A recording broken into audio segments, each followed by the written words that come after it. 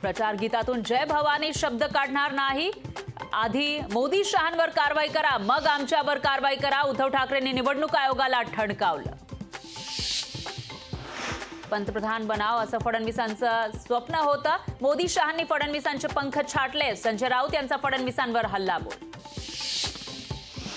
नालायकांच्या यादीमध्ये उद्धव ठाकरे पहिले. ठाकरेंना उत्कृष्ट मनोरुग्णालयामध्ये दाखल करण्याची गरज. उद्धव ठाकरेंवर चंद्रशेखर बावनकुळेंचा पलटवार. मुंबईमध्ये शिवसेना उद्धव बाळासाहेब ठाकरे पक्षाला धक्का बसण्याची शक्यता. मिलिंद नार्वेकर यांना शिंदेंकडून दक्षिण मुंबईतून लोकसभेची ऑफर असल्याची चर्चा. तर पत्रकार परिषदेमध्ये मिलिंद नार्वेकर यांच्या मुद्द्यावर बोलणं उद्धव ठाकरेंनी टाळलं.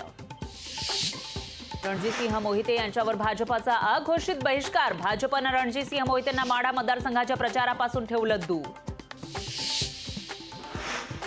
शेतकऱ्यांवर सर्वात जास्त अन्याय पवारांनी केला. बावनकुळेंची शरद पवारांवर टीका. तर पवारांच्या कामामुळे भाजपनं पवारांना पद्मभूषण दिला. सुप्रिया सुळेंचं बावनकुळेंना प्रत्युत्तर.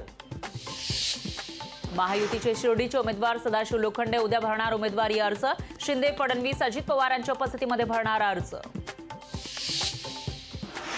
वानखडेंनी विधानसभेमध्ये कधी तोंड उघडलं नाही. फडणवीसांची बळवंत वानखडेंवर टीका. फडणवीसांनी विधानसभेतील कामकाज तपासावं. वानखडेंचं प्रत्युत्तर.